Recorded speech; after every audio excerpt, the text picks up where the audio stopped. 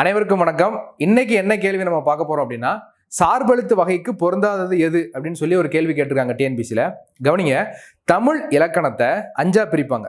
எழுத்து, சொல், பொருள், யாப்பு, அணி அப்படின்னு அஞ்சா பிரிப்பாங்க. இந்த எழுத்து இலக்கணத்தில் வரக்கூடியது தான் முதல் எழுத்துகள், சார்பெழுத்துகள். முதல் எழுத்துகள்னா என்ன? உயிர் எழுத்துகள், மெய் எழுத்துகள் இருக்கு பார்த்தீங்களா, இதை தான் முதல் எழுத்துகள்னு சொல்லுவாங்க. அதாவதுங்க, பிற எழுத்துகள் தோன்றுவதற்கும் இயங்குவதற்கும் அடிப்படையாக உள்ள எழுத்துகள் எது அப்படின்னு கேட்டீங்கன்னா இந்த முதல் எழுத்துகள். அப்ப சார்பு எழுத்துகள்னா என்ன?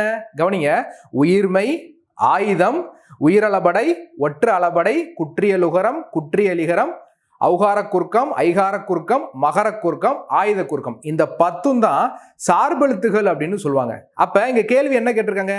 சார்பெழுத்து வகைக்கு பொருந்தாதது எதுன்னு கேட்டிருக்காங்க. அப்ப ஆன்சர் என்னவா இருக்கும்? ஆன்சர் சி, உயிரெழுத்துகள். ஏன்? உயிரெழுத்துகள் என்பது சார்பெழுத்துகள் கிடையாது. அது எந்த எழுத்து? முதல் எழுத்து. சரிங்களா? முதல் எழுத்துகள் அப்படின்றதுல தான் வரக்கூடியது இந்த உயிரெழுத்துகள். அப்ப பொருந்தாதது கேட்டதுனால ஆன்சர் சி.